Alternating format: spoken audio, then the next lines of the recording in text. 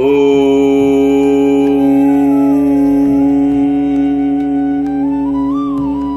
गणेशाय नमः। ओम श्री परमात्मने नमः। श्रीमद् भगवद गीता त्रयोदश अध्याय 13वां अध्याय।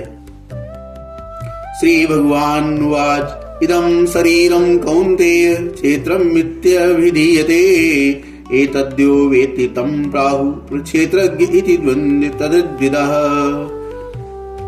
श्री भगवान बोले, हे अर्जुन, यह शरीर क्षेत्र इस नाम से कहा जाता है और इसको जो जानता है उसको क्षेत्रज्ञ इस नाम से उनके तत्व को जानने वाले ज्ञानी जन कहते हैं। क्षेत्रज्ञं चापि मां विद्धि सर्वक्षेत्रेषु भारत क्षेत्र क्षेत्रज्ञ योर्ज्ञानं यतत् ज्ञानं मम। हे अर्जुन, तू सब क्षेत्रों में क्षेत्रज्ञ अर्थात जीवात्मा भी मुझे ही जान, और क्षेत्र क्षेत्रज्ञ को अर्थात विकार सहित प्रकृति का और पुरुष का जो तत्व से जानना है वह ज्ञान है, ऐसा मेरा मत है। तत्क्षेत्रं यच्च तादृक् यादृक् यद्विकारे यदच्च यत् स च यो यत् प्रभावश्च तत्समासेन मे शृणु। वह क्षेत्र जो और जैसा है तथा जिन विकारों वाला है और जिस कारण से जो हुआ है, तथा वह क्षेत्रज्ञ भी जो और जिस प्रभाव वाला है, वह सब संक्षेप में मुझसे सुन। ऋषिर्बहुधा गीतं छन्दोभिर्विविधैर्कृतः ब्रह्मसूत्र पदैश्चैव हेतुर्मद्भिर्विनिश्चितैः। यह क्षेत्र और क्षेत्रज्ञ का तत्व ऋषियों द्वारा बहुत प्रकार से कहा गया है और विविध वेद मंत्रों द्वारा भी विभाग पूर्वक कहा गया है, तथा भली भांति निश्चय किए हुए युक्त युक्त ब्रह्मसूत्र के पदों द्वारा भी कहा गया है। महाभूतान् अहंकारो बुद्धिरव्यक्तमेव च इंद्रियाणि दशैकं च पंचेन्द्रिय गोचरः। 5 महाभूत, अहंकार, बुद्धि और मूल प्रकृति भी तथा 10 इंद्रियां, 1 मन और 5 इंद्रियों के विषय अर्थात शब्द, स्पर्श, रूप, रस और गंध। इच्छा द्वेषः सुखं दुःखं संघातश्चेतना धृतिः एतत् क्षेत्रं समासेन स्वीकारम् उदाहृतम्। तथा इच्छा, द्वेष, सुख, दुख, स्थूल देह का पिंड, चेतना और धृति, इस प्रकार विकारों के से यह क्षेत्र संक्षेप में कहा गया है। अमानित्वम् अहिंसां शान्तिर्राजवम् आचार्योपासनम् शौचम् स्थैर्यम् आत्मविनिग्रहम्। श्रेष्ठता के अभिमान का अभाव, दंभाचरण का अभाव, किसी भी प्राणी को किसी भी प्रकार भी न सताना, क्षमा भाव, मन वाणी आदि की सरलता, श्रद्धा भक्ति सहित गुरु की सेवा, बाहर भीतर की शुद्धि, अंतःकरण की स्थिरता और मन इंद्रियों सहित शरीर का निग्रह। ज्ञेयं यत्तत् प्रवक्ष्यामि यज्ञात्वा अमृतसमश्नुते अनादिमत् परं ब्रह्म न सत्तानां सदुच्यते। इस लोक और परलोक के संपूर्ण भोगों में आसक्ति का अभाव और अहंकार का भी अभाव जाता है, अहंकार का भी अभाव जाता है, न असत ही। वह सब ओर हाथ पैर वाला, सब ओर नेत्र, सिर और मुख वाला, सब ओर कान वाला है, क्योंकि वह संसार में सबको व्याप्त करके स्थित है। सर्वतः पाणिपादं तत्सर्वच्छो शिरोमुखम् सर्वतः श्रुतिर्मल्लोके सर्वमावृत्य नितिष्ठति। सर्वेन्द्रिय गुणाभासां सर्वेन्द्रिय विवर्जितम् असक्तं सर्वभृच्चैव निर्गुणं गुणभोक्तृश्च बहिरन्तश्च भूतानामाचरं चरमेव च सूक्ष्म तत्त्वाद् विज्ञेयं दूरस्थं चान्तिके च तत्।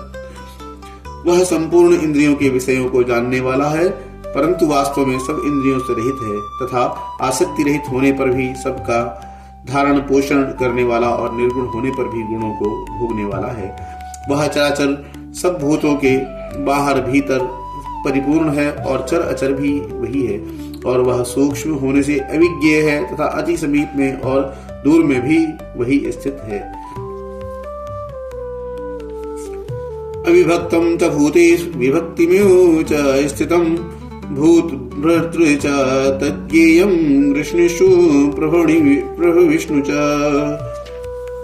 वह परमात्मा विभाग रहित तथा एक रूप से आकाश के सदृश परिपूर्ण होने पर भी चराचर संपूर्ण भूतों में विभक्त सा स्थित प्रतीत होता है, तथा वह जानने योग्य परमात्मा विष्णु रूप से भूतों को धारण पोषण करने वाला और रुद्र रूप से संहार करने वाला तथा ब्रह्म रूप से सबको उत्पन्न करने वाला है।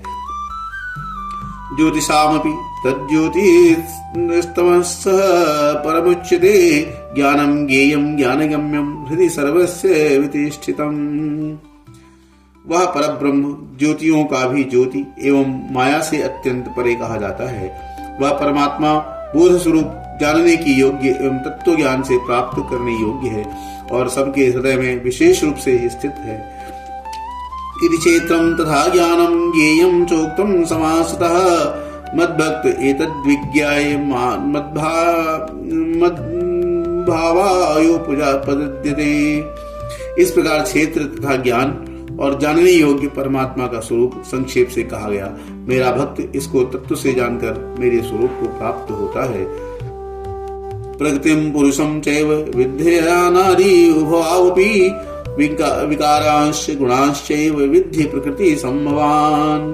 प्रकृति और पुरुष इन दोनों को ही तू अनादि ज्ञान और राग द्वेष आदि विकारों को तथा त्रिगुणात्मक संपूर्ण पदार्थों को भी प्रकृति से ही उत्पन्न जान। कार्य करण कर्तृत्वे हेतु प्रकृतिरुच्यते पुरुषः सुख दुखानां भोक्तृत्वे हेतुरुच्यते। कार्य और करण को उत्पन्न करने में हेतु प्रकृति कही जाती है और जीवात्मा सुख दुखों के भोक्तापन में अर्थात भोगने में हेतु कहा जाता है। पुरुषा प्रकृति स्थितो ही भुंक्ते प्रकृतिजान गुणान कारणं गुण संगोष्य सद्योजी जन्मसु। प्रकृति में स्थित ही पुरुष प्रकृति से उत्पन्न त्रिगुणात्मक पदार्थों को भोगता है और इन गुणों का संग ही इस जीवात्मा के अच्छी बुरी योनियों में जन्म लेने का कारण है। सत्व गुण के संग से देव योनि में और रजोगुण के संग से मनुष्य योनि में, तमोगुण के संग से पशु आदि नीच योनियों में जन्म होता है। उपदृष्टानुमन्ता च भर्ता भोक्ता महेश्वरः परमात्मेति चाप्युक्तो देहे अस्मिन् पुरुषः परः। इस देह में स्थित यह आत्मा वास्तव में परमात्मा ही है।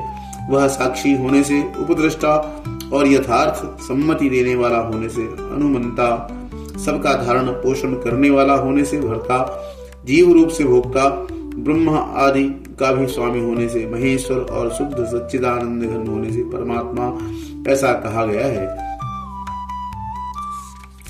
समं सर्वेषु भूतेषु तिष्ठन्तं परमेश्वरं विनश्यन्तं च पश्यति स पश्यति। इस प्रकार पुरुष को और गुणों के सहित प्रकृति को जो मनुष्य तत्व से जानता है वह सब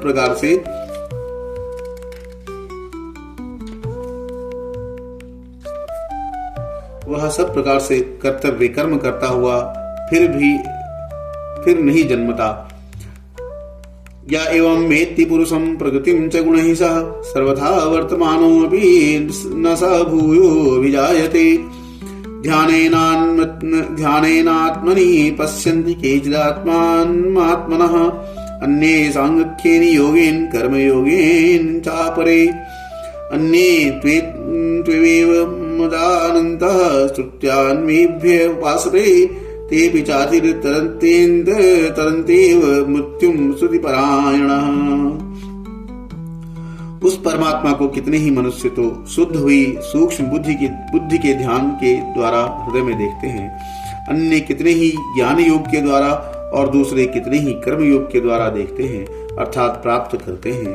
परंतु इनसे दूसरे अर्थात जो मंद बुद्धि वाले पुरुष हैं वे इस प्रकार न जानते हुए दूसरों से अर्थात तत्व के जानने वाले पुरुषों से सुनकर ही तदनुसार उपासना करते हैं, और वे श्रवण परायण पुरुष भी मृत्यु रूप संसार सागर को निसंदेह तर जाते हैं।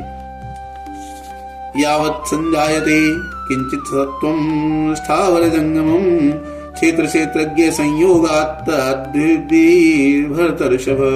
हे अर्जुन, यावन मात्र जितने भी स्थावर जंगम प्राणी उत्पन्न होते हैं, उन सबको तू क्षेत्र और क्षेत्रज्ञ के संयोग से उत्पन्न जान। समं सर्वेषु भूतेषु तिष्ठन्तं परमेश्वरं विनश्यन्तं सपश्यति। जो पुरुष नष्ट होते हुए सब चराचर भूतों में परमेश्वर को नाश रहित और समभाव में स्थित देखता है, वही यथार्थ देखता है। समं पश्यन् हि सर्वत्र समवस्थितिमीश्वरं न हि तन्नात्मानं ततो याति परां गतिम्। क्योंकि जो पुरुष सब में संभाव से स्थित परमेश्वर को समान देखता हुआ अपने द्वारा अपने को नष्ट नहीं करता, इससे वह परम गति को प्राप्त होता है। प्रकृत्यैव च कर्माणि क्रियमाणानि सर्वशः यह पश्यति तथात्मानं कर्तारं सपश्यति। और जो पुरुष संपूर्ण कर्मों को सब प्रकार से प्रकृति के द्वारा ही किए जाते हुए देखता है और आत्मा को अकर्ता देखता है, वही यथार्थ देखता है। यदा भूत पृथग्भुवमेकं स्थम् अनुपश्यति तदेव च विस्तारं ब्रह्म सम्पद्यते तदा। जिस क्षण यह पुरुष भूतों के पृथक पृथक भाव को एक परमात्मा में ही स्थित तथा उस परमात्मा से ही संपूर्ण भूतों का विस्तार देखता है, उसी क्षण वह सच्चिदानंद घन ब्रह्म को प्राप्त हो जाता है। अनादित्वादि निर्गुण त्वात्मरमात्मा व्ययः शरीरस्थोऽपि कौन्तेय न करोति न लिप्यते। हे अर्जुन, अनादि होने से और निर्गुण होने से यह अविनाशी परमात्मा शरीर में स्थित होने पर भी वास्तव में ना तो कुछ करता है और ना लिप्त ही होता है। यथा सर्वगतं सौक्ष्म्यादाकाशं नोपलिप्यते सर्वत्रावस्थितौ देहे यथात्मा नोपलिप्यते। जिस प्रकार सर्वत्र व्याप्त आकाश सूक्ष्म होने के कारण लिप्त नहीं होता, वैसे ही देह में सर्वत्र स्थित आत्मा निर्गुण होने के कारण देह के गुणों से लिप्त नहीं होता। यथा प्रकाशयत्येकः कृत्स्नं लोकमिमं रविः क्षेत्रं क्षेत्री तथा कृत्स्नं प्रकाशयति भारत। हे अर्जुन, जिस प्रकार एक ही सूर्य इस संपूर्ण ब्रह्मांड को प्रकाशित करता है, उसी प्रकार एक ही आत्मा संपूर्ण क्षेत्र को प्रकाशित करता है। क्षेत्र क्षेत्रज्ञयोरेव मंतरं ज्ञानचक्षुषा भूत प्रकृतिं मोक्षं च ये विदुर्यान्ति ते परम्। इस प्रकार क्षेत्र और क्षेत्रज्ञ के भेद को तथा कार्य सहित प्रकृति से मुक्त होने को जो पुरुष ज्ञान नेत्रों द्वारा तत्व से जानते हैं, वे महात्मा जन परम ब्रह्म परमात्मा को प्राप्त होते हैं। ओम तत्सदिति श्रीमद्भगवद्गीतासु उपनिषत्सु ब्रह्म विद्यायां योगशास्त्रे श्री कृष्णार्जुन संवादे क्षेत्र क्षेत्रज्ञ विभाग योगो नाम 13 अध्यायः। 13वां अध्याय संपूर्ण। श्री कृष्ण भगवान की जय हो।